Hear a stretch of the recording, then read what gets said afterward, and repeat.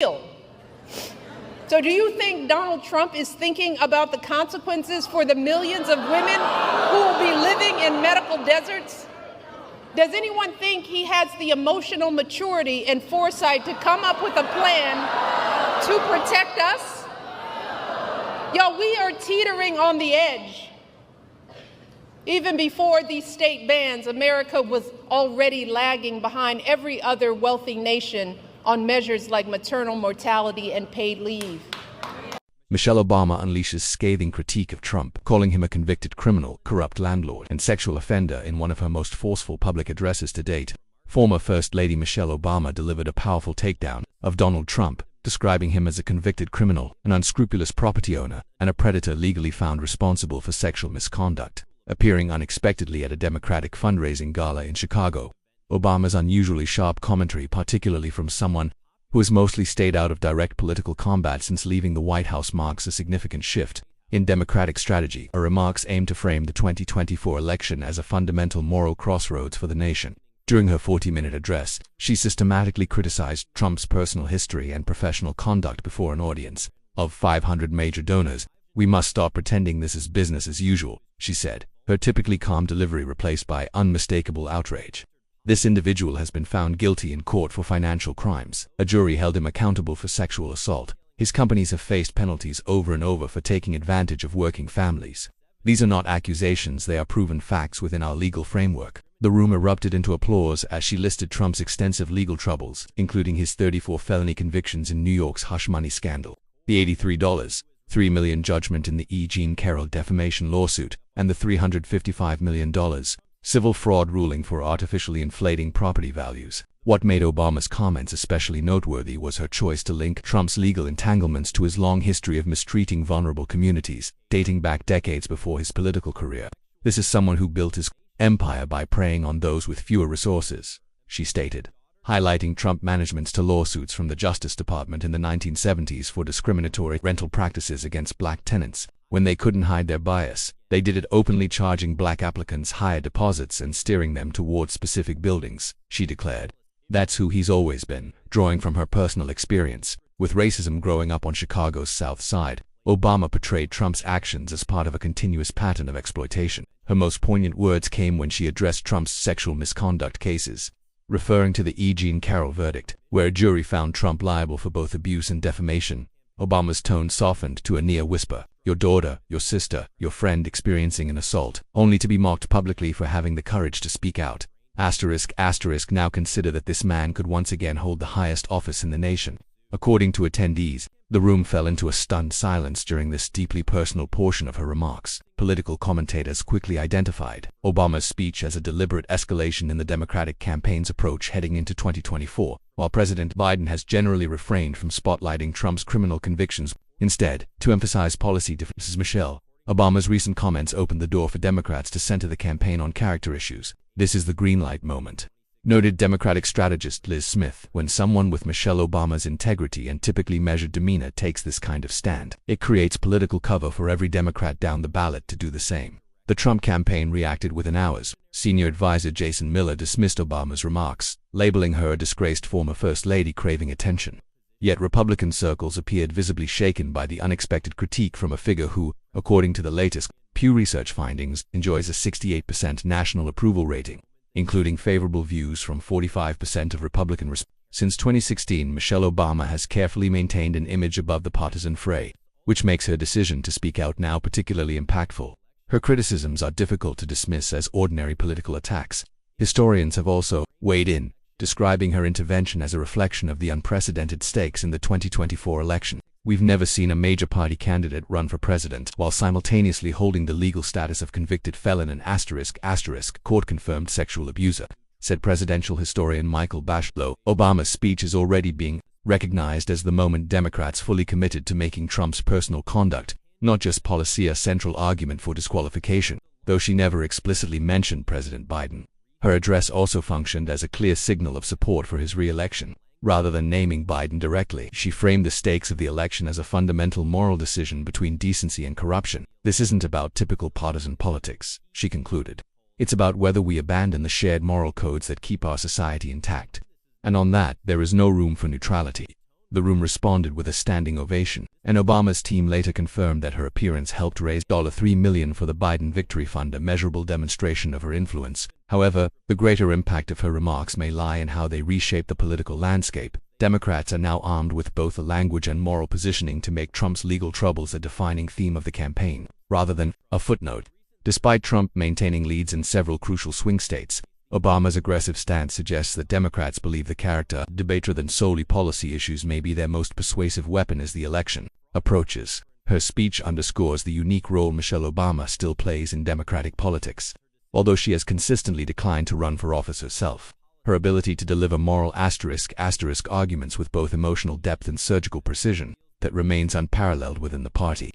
As the campaign intensifies, her words are likely to shape how millions of Americans assess Trump's suitability for office. Her framing of the election could transform court rulings into ballot box consequences, turning Trump's labels *** convicted felon, corrupt landlord, adjudicated predator *** into campaign-defining verdicts. For Michelle Obama, and perhaps for the Democratic Party, the choice is now unmistakably clear.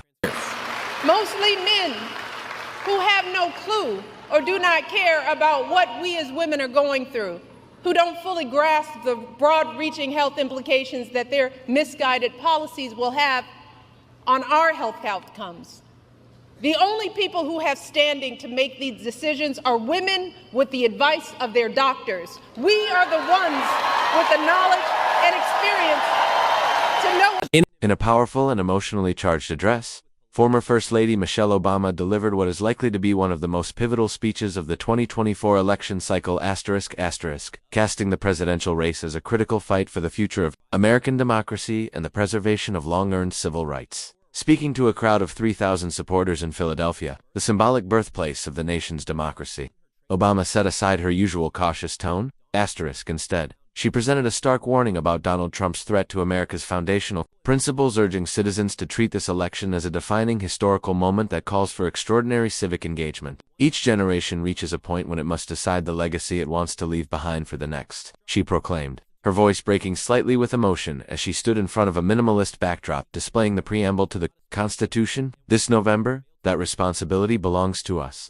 Let's be clear, democracy isn't something you watch from the sidelines. What we choose to do or choose not to do in these months ahead will echo through history. ***, the speech, streamed live to millions of viewers, marked Obama's most direct political engagement since leaving the White House, effectively transforming her into one of the leading figures in the pro-democracy movement. With careful and deliberate language, she tied Trump's refusal to accept the 2020 election results to today's assaults on voting access and civil liberties. ***, we all watched in horror as a violent mob attacked the Capitol, attempting to nullify the will of the people, she reminded the crowd, her normally inviting tone turning sharp. And now, the mastermind of that chaos wants back in the very seat of power he tried to seize. But this time, his allies have already drawn up the blueprint: rigged voting districts, new barriers to voting, and a Supreme Court that has erased rights our mothers and grandmothers fought to secure. Her mention of recent rulings on abortion and affirmative action drew audible reactions from the diverse crowd, with many gasping when she added, "They're not stopping there. Contraception is next. Marriage equality is on the line.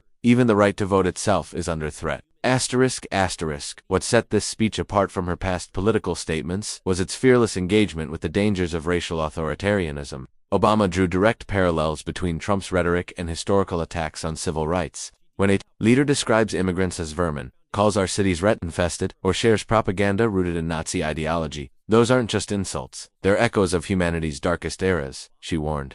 Having written extensively about the racism she experienced growing up in America, Obama made the threat personal. "I know exactly how it feels when your humanity is questioned. But what keeps me awake at night isn't just the racism, it's the machinery being built to make that racism permanent." She laid out how Project 2025, the Heritage Foundation's 900-page plan for a potential Trump return, would reshape the government, replacing nonpartisan civil servants with political loyalists, and turning the Justice Department into an arm of partisan enforcement. Obama's warning carried significant weight, precisely because it came from someone who famously resisted engaging in partisan battles during her time in the White House. "I never wanted to be in this role," she admitted, pausing thoughtfully as if considering each word. "But when you witness someone actively working to tear down the very principles that made my journey possible, a black girl from Chicago's South Side becoming First Lady, remaining silent is no longer an option." With that personal confession, Michelle Obama underscored the extraordinary threat she believes the nation faces,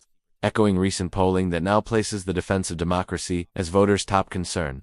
The speech's most widely shared moment came when she reframed Trump's legal troubles, not as mere political liabilities, but as a reflection of deeper moral unfitness. We're being asked to hand over the nuclear launch codes to a man who can't even responsibly manage his own finances, she said, sparking thunderous applause. A convicted felon who encouraged violence after losing an election, who applauds dictators, mocks disabled Americans, and insults war heroes. This isn't just poor leadership, it's a collapse of basic decency. Her voice then softened into a near whisper. And when someone tells you who they are, believe them. Political strategists quickly identified the speech as a defining moment for three major reasons. First, it gave Democrats permission to center the 2024 campaign on the defense of democracy, shifting focus from purely economic debates. Second, it provided a moral counterbalance to President Biden's policy-heavy messaging, tapping into emotional urgency. Most importantly, it directly addressed suburban women and black voters, to groups whose recent polling shows signs of political disengagement. Michelle has this rare ability to translate abstract threats into real life. Kitchen table issues, explained Democratic strategist Simone Sanders. When she warns that they're coming for your birth control, women listen. The Trump campaign issued a rapid response, calling Obama a... For years, Donald Trump did everything in his power to try to make people fear us. See, his limited, narrow view of the world made him feel threatened by the existence of two hardworking, highly educated, successful people who happen to be black. Addressing the Congressional Black Caucus Foundation's annual dinner in Washington, D.C., before an audience of civil rights icons, lawmakers, and grassroots organizers, Michelle Obama transformed what many anticipated as a standard keynote into a pivotal moment in the 2024 campaign. Her remarks surgically exposed the racial subtext embedded in Donald Trump's recent economic rhetoric, reshaping the political conversation with remarkable clarity. Let's not sugarcoat this. Obama began, abandoning her usual calm restraint for a tone edged with unmistakable frustration. When a former president takes the debate stage and talks about black jobs as if labor exists in racially segregated categories, as if our work is somehow separate from the American economy, that's not a slip of the tongue. That's prejudice, plain and simple. Her words referenced Trump's June 27 debate comment, in which he claimed undocumented immigrants were taking black jobs. The audience of 2,500 attendees erupted in applause, many rising to their feet. As Obama pressed forward, there's no such thing as black jobs. There are American jobs that black Americans have pioneered, perfected, and elevated in the face of every obstacle placed in their way. By directly challenging Trump's language, Obama crossed a new threshold in her political engagement. This was her most direct anti-record rebuke of the Republican nominee to date. With careful historical context, she traced the origins of the term black jobs to the Jim Crow era, when discriminatory labor practices forced African Americans into limited roles regardless of talent or qualifications. My grandfather, he spent his life working at a Chicago post office not because it was a black job, but because back then it was one of the few places open to him. She shared, making the issue personal and immediate. My father, a man who woke up every day at 4 a.m. to keep Chicago's water supply running, knew exactly what politicians meant when they talked about those jobs.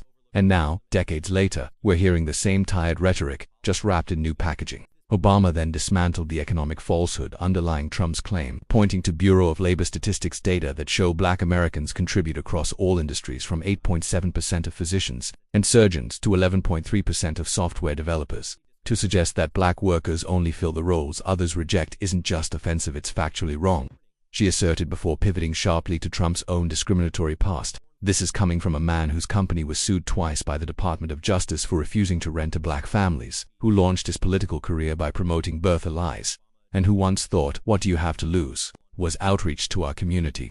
The audience responded with another wave of applause, particularly as Obama referenced Trump's notorious 2016 campaign remark to black voters. The political impact of Obama's speech became instantly evident, as clips flooded social media feeds within hours of delivery. But the speech's most powerful moment came when she shifted from critique to empowerment, offering a vision that transcended Trump's rhetoric. Our grandparents fought for the right to work anywhere.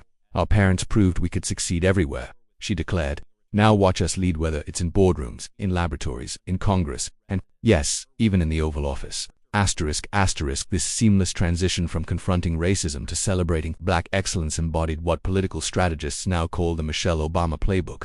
It's a strategy that calls out prejudice without allowing it to define black potential, affirming both the fight against injustice and the limitless possibility of African American achievement. How you identify politically, whether you're Democrat, Republican, Independent, or none of the above, this is our time to stand up for what we know in our hearts is right. The Democratic National Convention has seen countless historic speeches, but few have carried the moral gravity and razor-sharp *** critique that Michelle Obama has delivered when addressing Donald Trump's character and racial provocations over multiple conventions. The former First Lady, renowned for her rare ability to bridge partisan divides even in polarizing times, has used her powerful platform to paint Trump as a threat to America's core principles. Her remarks, always thoughtfully constructed and delivered with a quiet but unmistakable intensity, managed to cut through the usual political rhetoric. She revealed what she described as Trump's fundamental moral failings and his pattern of racially divisive behavior. In her landmark 2016 Democratic National Convention address, delivered as Trump ascended as the Republican nominee, Obama introduced a line that would become a cultural touchstone: "When they go low, we go high." The phrase, delivered with piercing sincerity, was both a plea for moral integrity and a subtle but unmistakable critique of Trump's coarse political tactics. Although she refrained from naming him directly, her target was crystal clear when she cautioned against supporting someone who doesn't share our values.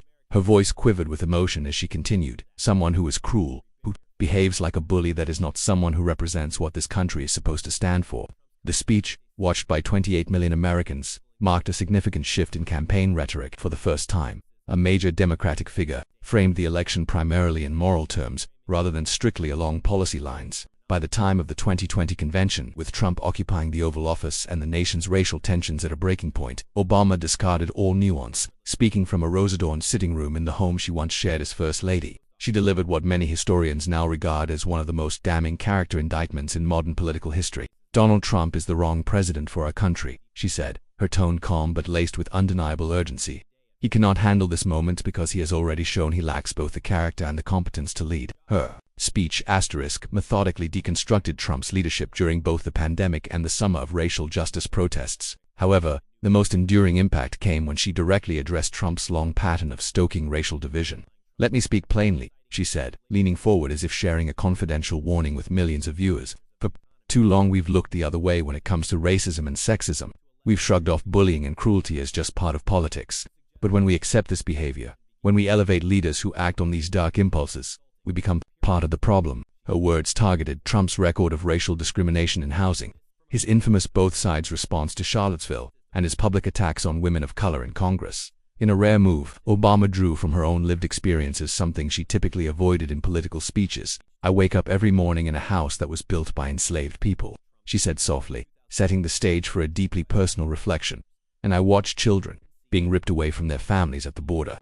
This kind of cruelty isn't accidental, it's a reflection of who he truly is." Obama's 2020 *** convention address also featured another defining moment when she confronted Trump's notorious "very fine people on both sides" comment following the white supremacist violence in Charlottesville. Her voice softened to a near whisper as she told the nation, "When a president refuses to denounce neo-Nazis, when he amplifies racist conspiracy theories on social media, when he mocks reporters with disabilities and belittles women, that's not just politics as usual. That's a moral collapse." That line resonated far beyond the convention hall, becoming a rallying cry for Democrats and playing a pivotal role in mobilizing suburban women voters, who ultimately turned against Trump in large numbers. Now, as the 2024 Democratic National Convention approaches and Trump once again seeks the presidency, Obama's past speeches carry renewed urgency. Her warnings about Trump's personal flaws are no longer just rhetorical, they are backed by legal judgments.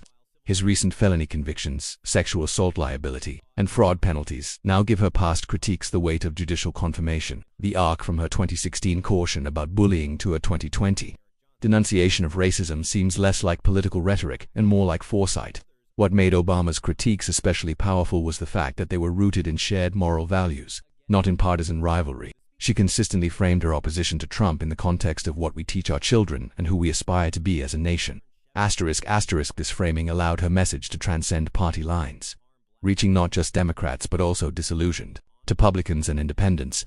After her 2020 speech, polls showed that 15% of Republican viewers responded favorably to her remarks, a rare crossover for a political convention. The lasting legacy of Obama's convention speeches is in how they redefined political accountability. She showed that confronting racism and cruelty isn't about playing the race card or fostering division. It's about defending the basic standards of human decency. As Democrats prepare for another election in which Trump's character will be front and center, Obama's words continue to shape the conversation. Her speeches provide the moral compass for a campaign strategy that reminds voters some behaviors aren't just politically wrong, they are fundamentally disqualifying for leadership. In an era where political norms are constantly tested, her convention addresses remain a clear statement that character is not just another issue on the ballot. It's the bedrock upon which all other issues are built. As the 2024 campaign accelerates, political strategists report that clips of Obama's past speeches are circulating widely on social media and are featured prominently in Democratic advertising. This resurgence highlights how her prior critiques of Trump's racism and lack of integrity were not just attacks on one politician. They were a defense of the idea that moral fitness is essential for anyone entrusted with power in an election, likely to turn on public perceptions of Trump's character or lack thereof. Michelle Obama's convention speeches remain the most compelling argument for why that question matters above all else.